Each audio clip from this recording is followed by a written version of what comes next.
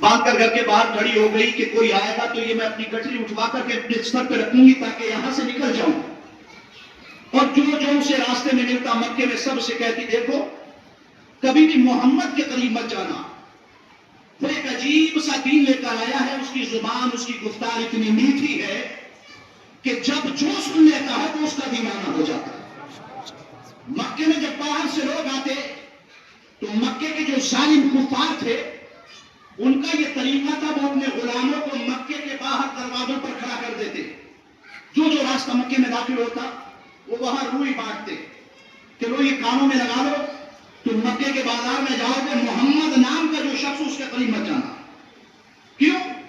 نبی کچھ اور نہیں کرتے, مصطفیٰ صرف اس سے گفتگو کرتے تھے. کہتے وہ عجیب جادو والی گفتگو کرتا ہے جو سنتا ہے وہ اس کا ہو جاتا ہے. یہ میرے مصطفیٰ کا اخلاق ہے. عزیزان گرامی اس بڑھیا نے بھی ہر درجہ کوشش کر لی. اس کے بعد مکہ چھوڑنے کا ارادہ کر لیا کہ میرے ماں باپ دادا کا یہی دین تھا, میں اس دین کو چھوڑ کر کے کیسے نیا دین اختیار کر لوں. الگ ساری پوٹری باندھی مکان کے باہر کھڑی ہو گئی, انتظار کرتی ہے کوئی آئے گا تو وہ میری گٹری اٹھوا کر میرے سر پہ رکھے گا. مگر قسمت جاگی, مقدر سویا ہوا تھا. اس کے ایمان کی روشنی جب چمکنے لگی تو سامنے سے آنے والا کوئی نہیں بلکہ آمنہ کا لال نظر آ رہا ہے. سرکار کی آنکھوں میں حیا ہے, سر نیچے جھکا ہوا ہے. بڑے ادب کے ساتھ مصطفیٰ حاضر ہوئے. آنے کے بعد گڑیا کو سلام کیا. گڑیا نے چہرہ دیکھا مصطفیٰ کو آج تک دیکھا نہیں تھا کبھی کہ محمد ہے کون.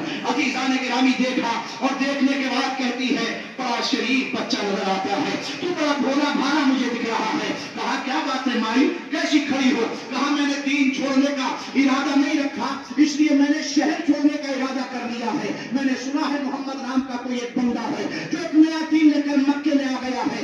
اس کا حال یہ ہے کہ جو اس کے قریب جاتا ہے وہ اس کا ہو جاتا ہے, جو اس سے باتیں کرتا ہے وہ اس کا گرویدہ ہو جاتا ہے.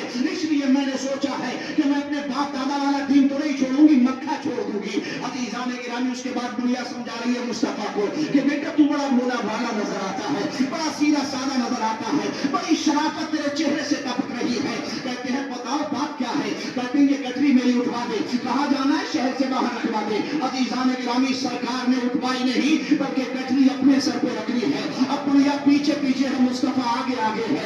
بڑھیا راستے میں مصطفیٰ سے گفتگو کر رہی ہے اور گفتگو کے درمیان کہہ رہی ہے تو بڑا بھولا بھالا بچہ ہے. دیکھ مکے میں اگر تو رہتا ہے, اگر تجھے محمد کا پتہ چلے کبھی اس کے قریب مت جانا, کبھی اس کی گفتگو مت سننا, کبھی اس کے پاس بیٹھنے کی کوشش مت کرنا.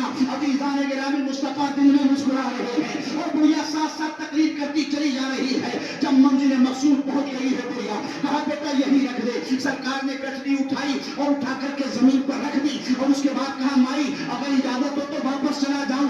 آپ جانے لگے. بڑھیا نے کہا او بیٹا ذرا یہ تو بتا دے کہ تیرا نام کیا, میں نے پوچھا نہیں. تیرے جیسے بچے بڑے کم نظر آتے ہیں, تیرے جیسے لوگ بڑے کم دنیا میں ملتے ہیں. عزیزان گرامی سرکار نے فرمایا کیا کرو گی پوچھ کر؟ کہا نہ بتا تو دے میرے نام, مجھے پتا تو کون ہے. عزیزان گرامی سرکار قریب آئے اور قریب آنے کے بعد کہتے ہیں کہ میں کوئی اور نہیں, جس محمد کی بات تو کر رہی ہے میں ہی تو محمد ابن عبداللہ ہوں. عزیزان گرامی جو اتنا سنا ہے گڑیا کے جسم پر آشا تاری ہو گیا. فوراً پکار کر کہتی ہے ارے جس کا اخلاق اتنا اچھا ہوگا اس کا دین جھوٹا نہیں ہو سکتا. مسلمان بنا دے, نبی کلمہ پڑھاتے ہیں دنیا کو ایمان نصیب ہو جاتا ہے.